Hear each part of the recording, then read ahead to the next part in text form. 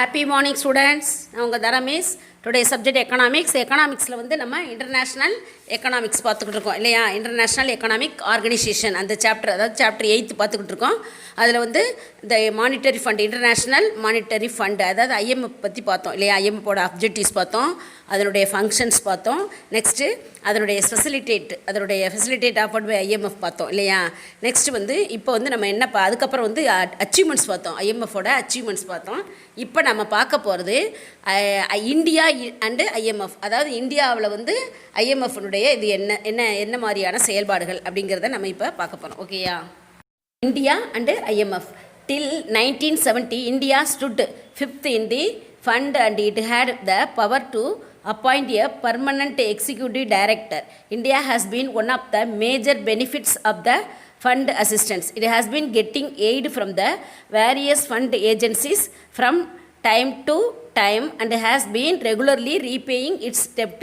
அதாவது 1970 இந்தியா பார்த்திங்கன்னா அந்த IMFல பார்த்திங்கன்னா அதாவது ஐந்தாவது ஓகேயா, ஃபிஃப்த்து வந்து உள்ள ஒரு பெரிய மெம்பர்ஷிப் கண்ட்ரியாக 1970 வரை இடம் பிடித்திருந்தது. ஓகேயா, நல்லா தெரிஞ்சுங்க. IMFல 1970 வர ஃபிஃப்த்து மிகப்பெரிய மெம்பர்ஷிப் கண்ட்ரியில் ஃபிஃப்த்து பிளேஸில் 1970 வரை இந்தியா வந்து இடம் பிடித்திருந்தது. ஒரு நிரந்தரமான, அதாவது என்ன சொல்லுவாங்கன்னா இந்த பர்மனண்ட் எக்ஸிக்யூட்டிவ் டைரக்டர், நிரந்தரமான ஒரு செயல் இயக்குனர், அதாவது எக்ஸிக்யூட்டிவ் டைரக்டர், அதாவது பர்மனண்ட் எக்ஸிக்யூட்டிவ் டைரக்டர், அதை நியமிக்கக்கூடிய அதிகாரத்தையும் இந்தியா பெற்றிருந்தது. நல்லா தெரிஞ்சுக்கங்க. IMFல ஒரு பர்மனண்ட் எக்ஸிக்யூட்டிவ் டைரக்டரை அப்பாயிண்ட் பண்ணக்கூடிய அதிகாரத்தை இந்தியா பெற்றுள்ளது. அது மட்டும் இல்லை, இந்த IMFலேருந்து பல உதவிகளை நம்ம பெற்றிருக்கோம். நம்ம இந்தியா வந்து பல உதவிகளை பெற்றுள்ளது. அது மட்டும் இல்லாமல் அந்த மாதிரி பெற்ற உதவிகளை இந்த நிதியத்திற்கு பல உதவிகள் பெற்று அந்த உதவிகளுக்கான கடன் இருக்கு இல்லையா, அந்த டெப்ட்டு, அந்த கடன் தவணைகளையும் வந்து நம்ம கரெக்டாக கட்டியிருக்கோம். ஓகேயா, அந்த கடன் தவணைகளையும் கட்டி கரெக்டாக வருகின்றோம் அப்படின்னு சொல்லப்படுகிறது. ஓகேயா, India current quota in IMF is SDR, special drawing rights. நான் ஏற்கனவே ஸ்பெஷல் ட்ராயிங் ரைட்ஸ்னால் என்னன்னு சொல்லியிருக்கேன் இல்லையா? 5,821.5 million, making it the 13th largest quota holding country at IMF with a shareholding of 2.44%. Besides receiving loans to meet deficit in its balance of payments, India has been benefited in certain other respects from the membership of fund. அதாவது வந்து SDRனா உங்களுக்கு ஏற்கனவே நடத்தியிருக்கேன். அதாவது special drawing rights அப்படின்னா சிறப்பு எடுப்புரிமை. IMFல வந்து இந்த membership countries reserve வச்சுருக்கோம். அந்த ரிசர்வ்லேருந்து அவங்க இந்த ஸ்பெஷல் ட்ராயிங் ரைட்ஸ் அப்படிங்கிற அந்த மாதிரி சிறப்பு எடுப்புரிமை மூலம் அவங்களுக்கு அந்த தேவையான அந்த பணம் வந்து எடுத்துக்கலாம். ஓகே, அதுதான். அப்போ அதில் வந்து என்ன சொல்லப்பட்டிருக்கு அப்படின்னு பார்த்தீங்கன்னா, இந்தியாவில் வந்து SDR, அதாவது ஸ்பெஷல் ட்ராயிங் ரைட்ஸ் அப்படிங்கிறது வந்து அதனுடைய ஷேர், அந்த பங்களவு தற்போது வந்து $5,821.5 million உள்ளது அப்படின்னு சொல்லப்படுகிறது. ஓகே, இந்தியாவுடைய SDR சிறப்பு எடுப்புரிமை அப்படிங்கிறது இன்றைக்கி நம்ம IMFல வந்து அவ்வளோ இருக்குது அப்படின்னு சொல்லப்படுது. அது மட்டும் இல்லாமல் அதிக அளவு SDR அது ஷேர் உள்ள நாடுகளில் இந்தியாவும் ஒன்று. அதாவது இந்தியாவை பொறுத்தவரை 13th மெம்பர்ஷிப் உள்ள நாடுகளில் வந்து இந்தியா வந்து 13th நாடாக உள்ளது அப்படின்னு சொல்லுது. அந்த மெம்பர்ஷிப் கண்ட்ரீஸில் அதிக அளவு அந்த ஷேர் அமௌண்ட் உள்ள நாடுல 13வது இடத்துல எது இருக்குது? இந்தியா இருக்குது அப்படின்னு சொல்லப்படுகிறது. ஓகேயா, மேலும் வந்து இந்த IMFனுடைய டோட்டல் ஷேர் இருக்கு இல்லையா, 244% வந்து ஷேர்களை கொண்டுள்ளது இந்தியா. மேலும் அந்த பேலன்ஸ் ஆஃப் பேமெண்ட்ஸுடைய டெபிசிட்டை சரி செய்வதற்காகவும் கடன்கள் பெறுவதோடு இந்தியா வந்து அதனுடைய பிற வழிகளிலேயும் அந்த ஃபைனான்ஸ் ஃபெசிலிட்டிஸ், நிதி உதவி, அதாவது இந்த மெம்பர்ஷிப் உறுப்பினர் என்ற முறையில் வந்து மெம்பர்ஷிப் கண்ட்ரி இந்தியாவும் அதில் ஒரு மெம்பர்ஷிப் கண்ட்ரிங்கிறதுனால அதன் மூலமாக அந்த பிற வழிகளிலேயும் கடன் உதவி பெற்று பயனடைந்து வருகிறது அப்படின்னு சொல்லப்படுகிறது. ஓகேயா, what is SDR? Fiat money of the IMF, a potential claim on underlying currency basket. அதாவது SDRனா என்ன அப்படின்னு பார்த்தீங்கன்னா, அந்த IMF இருக்கு இல்லையா, இன்டர்நேஷ்னல் மானிட்டரி ஃபண்டு, அதனுடைய ஃபயட் பணமாகும், அதாவது கட்டளை பணம் அப்படின்னு சொல்லப்படுகிறது. ஓகே, நெக்ஸ்ட் பார்த்தீங்கன்னா இந்த பொட்டன்ஷியல் கிளைம் ஆன், அதாவது இந்த கரன்சியுடைய இந்த குழு இது இருக்கு இல்லையா, டீமு, அந்த டீமில் வந்து வலுவான உரிமை கோரல். ஓகே, அதான் வந்து SDR அப்படின்னு சொல்லப்படுது. Next, what does SDR stand for? அதாவது எஸ்டிஆர் குறிப்பது எதை அப்படின்னு கேட்டிங்கன்னா அந்த எஸ்டிஆர் ஸ்பெஷல் டிராயிங் ரைட்ஸ் அப்படிங்கிறதான் அந்த எஸ்டிஆருங்கிற வேர்டு சொல்லப்படுகிறது அப்படின்னு சொல்லப்படுது. அதாவது எஸ்டிஆர் ஏன் உருவாக்கப்பட்டது அப்படின்னு சொல்லப்பட்டு கேட்டிருக்காங்க. நெக்ஸ்ட் ஓகேயா, அதாவது what was the SDR created, ஏன் உருவாக்கப்பட்டது அப்படின்னா அதை வந்து to be the world reserve currency create global liquidity, அதாவது வந்து இந்த வேர்ல்டு லெவலில்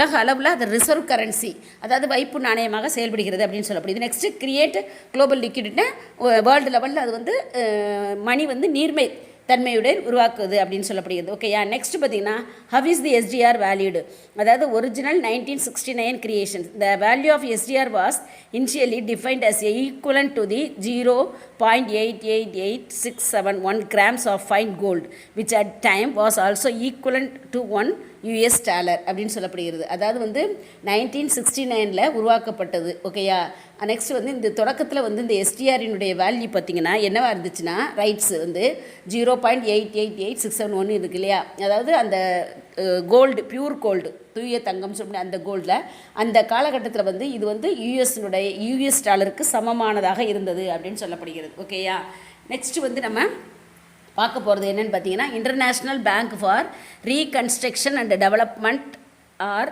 வேர்ல்டு பேங்க், அதாவது international bank for reconstruction and development அப்படின்னாலும் வேர்ல்டு பேங்க்னாலும் ஒன்று தான். ஓகே, ஐபிஆர்டினாலும் வேர்ல்டு பேங்க்னாலும் சேம் தான். ஐபிஆர்டிக்கு தான் வேர்ல்டு பேங்க்னு பேர், வேர்ல்டு பேங்க் தான் ஐபிஆர்டின்னு பேர். ஓகேயா, international bank for reconstruction and development, அதான் IBRD, otherwise called the world bank, was established in 1945 under the Bretton Woods Conference in 1944. The purpose is to bring about a smooth transaction from a wartime or peacetime economic. It is known as a sister institutions along with the International Monetary Fund.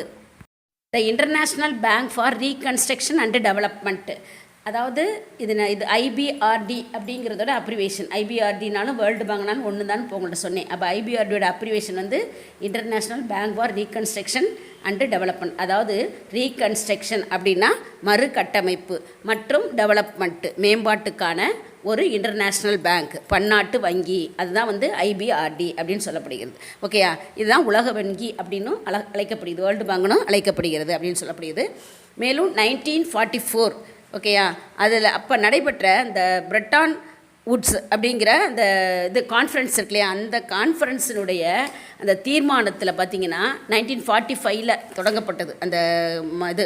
ஓகேயா, தொடங்கப்பட்டு அது second world war இருக்கு இல்லையா, second வேர்ல்டுனால ஒரு அந்த வார்னால் பார்த்திங்கன்னா பெரிய லெவலில் சீரழிந்தது உலக நாடுகளினுடைய எக்கனாமிக்கல் சுச்சுவேஷன். பார்த்திங்கன்னா ரொம்ப ஒரு சூழ்நிலையை அமைதி கால சூழ்நிலையாக மாற்றி அமைக்கணும் அப்படிங்கிற நல்லா தெரிஞ்சுங்க. அந்த நிறைய அந்த செகண்ட் வேர்ல்டு வாரில் நிறைய சீரழிவுகள்லாம் ஏற்பட்டது, அதையெல்லாம் மாற்றி அமைக்கணும் அப்படிங்கிறது, அது மட்டும் இல்லாமல் ஒரு அமைதியான ஒரு சூழ்நிலையை கொண்டு வரணும் அப்படிங்கிற நோக்கத்தோடு இந்த வேர்ல்டு பேங்க் தொடங்கப்பட்டது, அதாவது இந்த ஐபிஆர்டி தொடங்கப்பட்டது. ஓகேயா, மேலும் வந்து இது வந்து என்னென்னு அழைக்கப்படுகிறது, இன்டர்நேஷ்னல் மானிட்டரி ஃபண்ட் இருக்கு இல்லையா, அதனுடைய சிஸ்டர் இன்ஸ்டிடியூஷன்ஸ், அதாவது சகோதர நிறுவனமாக கருதப்படுகிறது.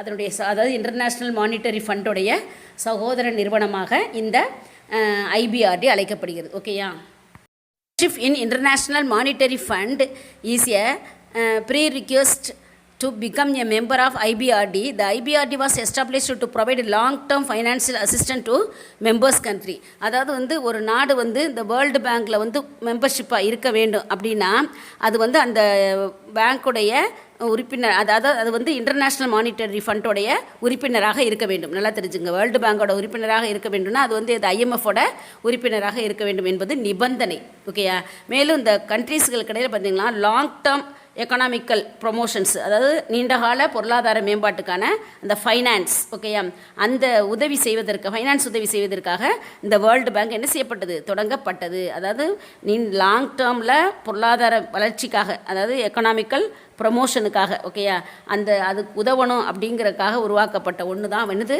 அதற்காக தொடங்கப்பட்டது தான் இந்த உலக வங்கி அப்படின்னு சொல்லப்படுகிறது. ஓகேயா, வேர்ல்டு பேங்கோட குரூப் அது என்னென்னு பார்ப்போம். ஃபஸ்ட்டு வந்து international bank for reconstruction and development, அதான் வேர்ல்டு பேங்க் இல்லையா, அது வந்து அந்த வேர்ல்டு பேங்கோட குழுமத்தில் இருக்குது. நெக்ஸ்ட் இன்டர்நேஷ்னல் டெவலப்மெண்ட் அசோசியேஷன்ஸ், அதாவது இந்த இன்டர்நேஷ்னல் லெவலில் மேம்பாட்டு அமைப்பு, அதான் இன்டர்நேஷ்னல் டெவலப்மெண்ட் அசோசியேஷன், அதுவும் இந்த வேர்ல்டு பேங்கோட group. Next international finance corporations, அது தெரியும் இல்லையா, அதாவது இன்டர்நேஷ்னல் லெவலில் ஃபைனான்ஸ் இது கழகம், ஓகே, அது வந்து அதுவும் வேர்ல்டு பேங்கோடது. Next multilateral investment guarantee agency, அதாவது வந்து பன்னாட்டு இந்த இன்வெஸ்ட்மெண்ட்னா முதலீட்டு ஒப்புறுதி, கேரண்டிங்கிறது ஒப்புறுதி ஏஜென்சி, முகமை அப்படின்னு சொல்லப்படும், ஓகேயா, அது வந்து வேர்ல்டு பேங்கோட அந்த குரூப். நெக்ஸ்ட் வந்து international centre for settlement of the investment distributes, அதாவது இன்வெஸ்ட்மெண்ட் முதலீட்டு இந்த ப்ராப்ளம்ஸ் இருக்குல்ல, டிஸ்ட்ரிபியூட்ஸ் பிரச்சனைகள், அதை தீர்ப்பதற்கான அமைக்கப்பட்ட இன்டர்நேஷ்னல் சென்டர், அது வந்து வேர்ல்டு குரூப்பில் இருக்குது, okay.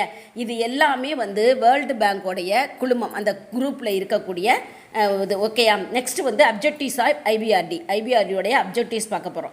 Objectives of IBRD reconstruction and, அதான் இது எல்லாமே அப்ஜெக்டிவ்ஸோட IBRD. Reconstruction and development, encouragement to capital investment, encouragement to international trade, establishment of peace time economic, environmental protection.